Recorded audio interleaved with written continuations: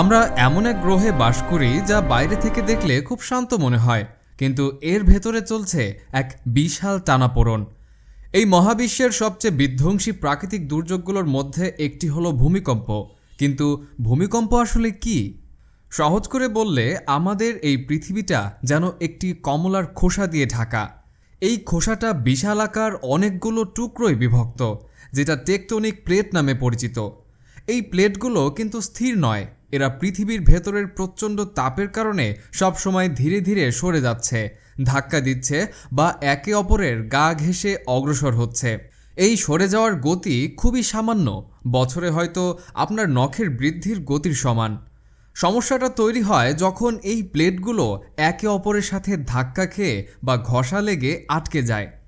তখনও কিন্তু প্লেটগুলো সরে যাওয়া বন্ধ করে না, বরং তাদের চলার শক্তি বা এনার্জি ধীরে ধীরে সেই আটকে থাকা অংশে জমা হতে থাকে। এটা অনেকটা ধনুক টেনে ধরার মতো, যত বেশি টানবেন তত বেশি শক্তি জমবে। যখন এই চাপ আর সহ্য করতে পারে না, তখন হঠাৎ করে সেই জমে থাকা বিশাল পরিমাণ শক্তির বহিঃপ্রকাশ ঘটে, ঠিক যেন রাবারের মতো ছিঁড়ে যাওয়া। এই মুক্ত হওয়ার শক্তি ভূতরঙ্গ বা সিসমিক ওয়েভ আকারে পৃথিবীর বুক চিরে চারিদিকে ছড়িয়ে পড়ে। আর এই তরঙ্গ যখন আমাদের কাছে এসে পৌঁছায়, তখনই আমরা মাটির কম্পন অনুভব করি। এটাই হলো ভূমিকম্প। কিভাবে মাপা হয় এই শক্তি?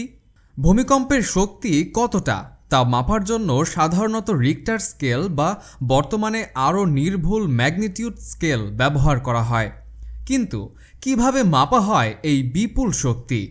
ভূমিকম্পের শক্তি পরিমাপের মূল হাতিয়ার হলো সিসমোগ্রাফ। সিসমোগ্রাফ হলো এক বিশেষ যন্ত্র যা মাটির কম্পন বা সিসমিক ওয়েভ শনাক্ত করে এবং সেগুলোকে একটি গ্রাফের মাধ্যমে রেকর্ড করে।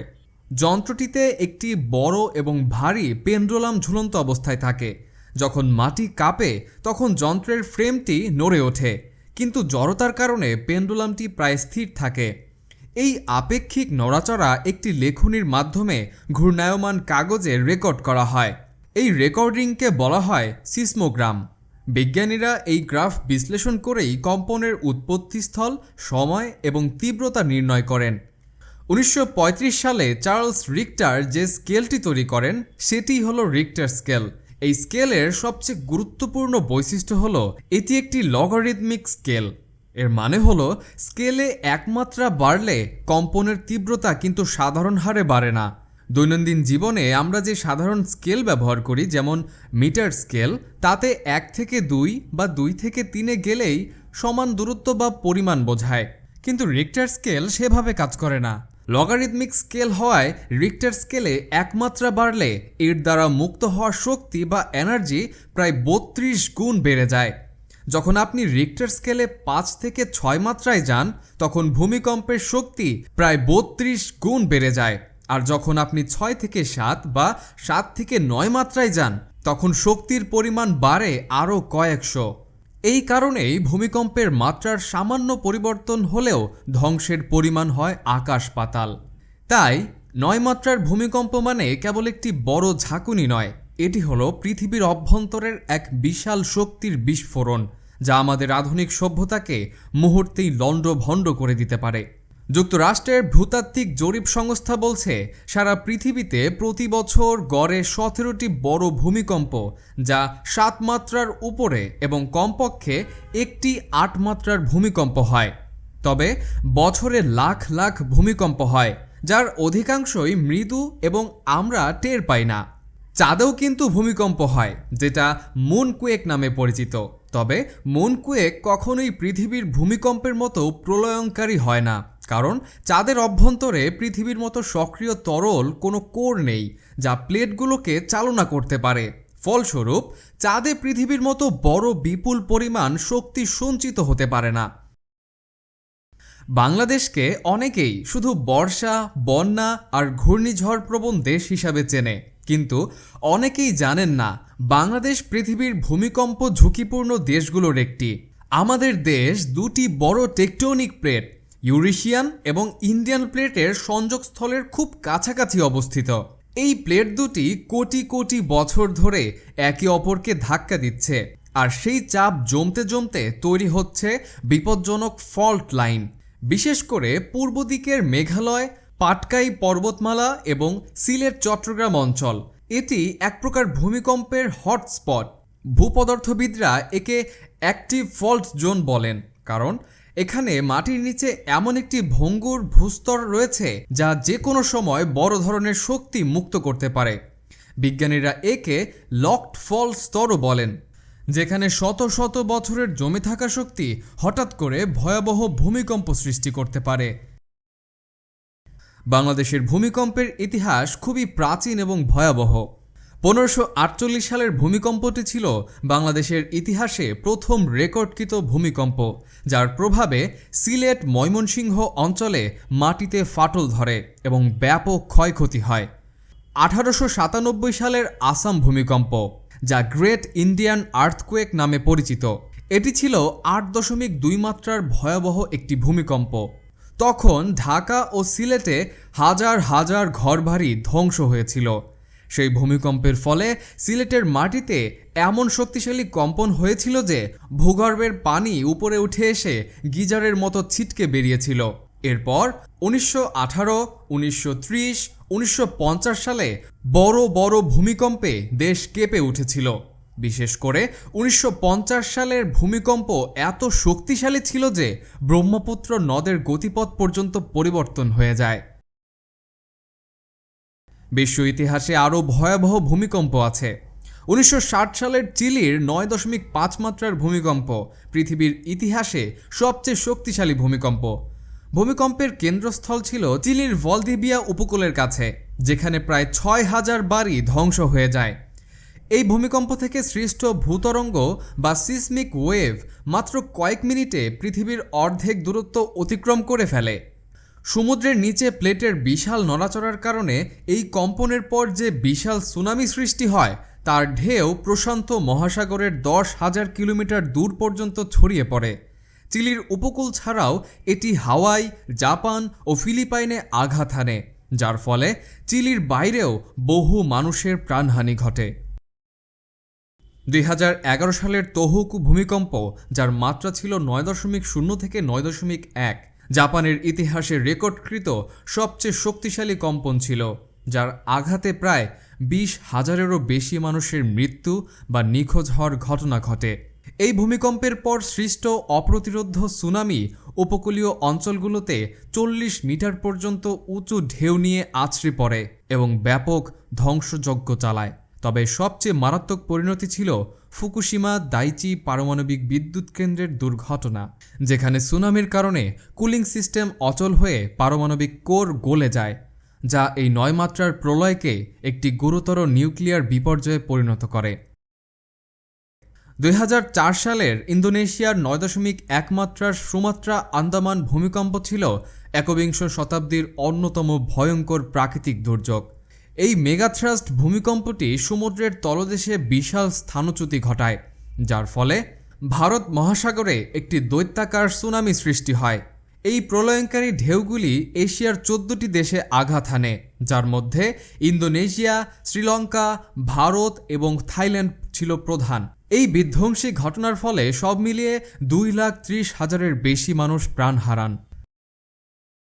এখন প্রশ্ন, এই পরিমাণ চাপ কি সত্যিই বাংলাদেশের আশেপাশে জমেছে? বাংলাদেশের চট্টগ্রাম, সিলেট, মেঘালয় বেল্টে 400 বছরেরও বেশি সময় ধরে বড় ধরনের কোনো 8 বা 8-এর অধিক মাত্রার ভূমিকম্প হয়নি। ভূতাত্ত্বিকদের ভাষায় একে বলা হয় সিসমিক গ্যাপ, যেখানে দীর্ঘ সময় চাপ জমে থাকে এবং একসময় এটি হঠাৎ করে বিশাল ভূমিকম্পের রূপ নিতে পারে। এই গ্যাপে যে পরিমাণ শক্তি জমে থাকতে পারে তা 8.5 থেকে 9 মাত্রার ভূমিকম্প সৃষ্টির মতো যথেষ্ট বলেই গবেষণায় পাওয়া গেছে। যদি বাংলাদেশে সত্যি 9 মাত্রার ভূমিকম্প হয়, এমন একটি ভূমিকম্প প্রথম আঘাত হানবে সিলেট, চট্টগ্রাম, ঢাকা অঞ্চলে। ঢাকা শহর, যেটা পৃথিবীর অন্যতম ঘনবসতিপূর্ণ শহর, সেটি দুর্যোগের কেন্দ্রবিন্দুতে পরিণত হবে। বিজ্ঞানীরা বলেন, ঢাকার কমপক্ষে 70% ভবন ভূমিকম্প প্রতিরোধী নয় 9 মাত্রার কম্পনে এগুলোর বেশিরভাগই ধ্বংস হয়ে যেতে পারে।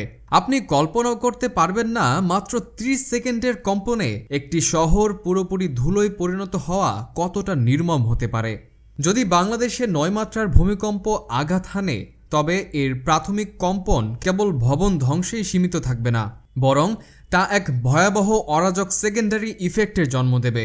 এই কম্পনের ফলে মাটির গভীরে থাকা গ্যাস পাইপগুলো ব্যাপকভাবে ক্ষতিগ্রস্ত হয়ে বিস্ফোরণ ঘটাবে, যা ঢাকা এবং অন্যান্য ঘনবসতিপূর্ণ শহরে বড় আকারের অগ্নিকাণ্ড সৃষ্টি করবে। অন্যদিকে রাস্তার ফাটল, সেতু ও ফ্লাইওভার ভেঙে পড়ায় যোগাযোগ ও পরিবহন ব্যবস্থা সম্পূর্ণরূপে অচল হয়ে পড়বে, যা উদ্ধার ও ত্রাণ তৎপরতাকে অসম্ভব করে তুলবে। সবচেয়ে মারাত্মক হবে এর পরবর্তী বিপর্যয় বা সেকেন্ডারি ইফেক্ট। ভূতত্ত্ববিদদের মতে বাংলাদেশের মতো নদীমাতৃক দেশে নদীর তীরবর্তী এবং উপকূলীয় অঞ্চলে যে 300টিরও বেশি কৃত্রিম হাইড্রো এমব্যাঙ্কমেন্ট, বাঁধ বা বেড়িবাঁধ রয়েছে, এই তীব্র কম্পনের ফলে সেগুলো ফেটে যেতে পারে। বাঁধগুলো ভেঙে গেলে বিশাল জলরাশি লোকালয়ে প্রবেশ করবে, যার ফলে রাজধানী ঢাকাসহ বহু গুরুত্বপূর্ণ শহর ব্যাপক বন্যায় ডুবে যাবে, যা পরিস্থিতিকে আরও ভয়াবহ ও নিয়ন্ত্রণের বাইরে নিয়ে যাবে। একই সঙ্গে বিদ্যুৎ ও মোবাইল নেটওয়ার্ক অচল হয়ে যাওয়ায় পুরো দেশ একটি যোগাযোগ বিচ্ছিন্ন ধ্বংসস্তূপে পরিণত হবে। 9 মাত্রার ভূমিকম্পের ফলে ঢাকা শহরের জন্য সবচেয়ে ভয়াবহ প্রাকৃতিক দুর্যোগ হল লিকুইফ্যাকশন। এটি হলো এমন একটি ঘটনা যেখানে ভূমিকম্পের সময় মাটিতে থাকা পানি এত বেশি নড়াচড়া করে যে শক্ত মাটি আকস্মিকভাবে কাদায় পরিণত হয়ে যায়। ঢাকা শহর মূলত নরম পলিমাটির উপরে অবস্থিত হওয়ায় এর বিশাল এলাকা, বিশেষ করে নদীর কাছাকাছি অঞ্চল যেমন কাউরান বাজার, পুরান ঢাকা এবং কিছু উচ্চ বসতি এলাকা এই লিকুইফ্যাকশনের চরম ঝুঁকিতে রয়েছে। ভাবুন, আপনার বাড়ির নিচের শক্ত মাটি যদি আচমকা কাদায় পরিণত হয়ে যায়, তাহলে পুরো বিল্ডিং হঠাৎ মাটির ভেতরে দেবে যায়। যদি 9 মাত্রার ভূমিকম্প বঙ্গোপসাগরের কাছাকাছি ঘটে, তাহলে বিশাল সুনামির সম্ভাবনা থাকবে। চট্টগ্রাম, কক্সবাজার, পায়রা বন্দর, কুতুবদিয়া সব উপকূলীয় এলাকা মারাত্মক ক্ষতিগ্রস্ত হবে। বিশেষজ্ঞরা মনে করেন 10-15 মিটার উঁচু সুনামি ঢেউ সহজেই বাংলাদেশের উপকূলে আঘাত হানতে পারে। বড় ভূমিকম্পের সময় পৃথিবীর ঘূর্ণন গতি সামান্য পরিবর্তন হয়। 2004 সালের সুমাত্রা ভূমিকম্পের পর পৃথিবীর দিন কিছু 2 মাইক্রোসেকেন্ড কমে গিয়েছিল। 9 মাত্রার একটি ভূমিকম্প বাংলাদেশে ঘটলে বৈশ্বিক ভূপ্রকৌশল কাঠামোতেও এর পরোক্ষ প্রভাব পড়তে পারে। যদি এমন একটি ভূমিকম্প বাংলাদেশে ঘটে, তাহলে দেশের অবকাঠামো পুনর্গঠনে 30 থেকে 50 বছর পর্যন্ত সময় লাগতে পারে। বড় আন্তর্জাতিক সহায়তা ছাড়া দেশ অর্থনৈতিকভাবে স্থবির হয়ে পড়বে। শিল্প এলাকা, বাণিজ্য, যোগাযোগ ব্যবস্থা সবই ধসে পড়বে। কিন্তু প্রশ্ন হলো, এটি প্রতিরোধ করা কি সম্ভব? পুরোপুরি না, কিন্তু ক্ষয়ক্ষতি অনেকটাই কমানো যায়। ভূমিকম্প প্রতিরোধী ভবন, সঠিক ড্রিল, জরুরি উদ্ধার ব্যবস্থা এগুলোই মূল প্রস্তুতি। জাপান, চিলি, ইন্দোনেশিয়া যেভাবে তাদের সিস্টেম তৈরি করেছে, বাংলাদেশও চাইলে ঝুঁকি কমাতে পারে। একটি কঠিন সত্য হলো, বাংলাদেশে 9 মাত্রার ভূমিকম্পের সম্ভাবনা খুব কম, কিন্তু অসম্ভব নয়। কারণ ভূমিকম্প কখনো পূর্বাভাস দিয়ে আসে না। তবে আমাদের দেশে যেটি সবচেয়ে বড় ঝুঁকি, তা হলো 7.5 থেকে 8 মাত্রার ভূমিকম্প, যা যে কোনো সময় ঘটতে পারে। ভূমিকম্প একটি প্রাকৃতিক সত্য, ভয় নয়। প্রস্তুতি এবং জ্ঞানই একে মোকাবেলা করার একমাত্র উপায়। তো আপনার কি মনে হয়, বাংলাদেশে কি 9 মাত্রার ভূমিকম্পের কোনো সম্ভাবনা আছে? যদি হয়, তাহলে এর পরিণতি কতটা ভয়াবহ হতে পারে? কমেন্ট করে জানান আপনার মন্তব্য। ধন্যবাদ সবাইকে এতক্ষণ আমাদের সাথে থাকার জন্য। খুব শীঘ্রই দেখা হবে নতুন কোনো ভিডিওতে।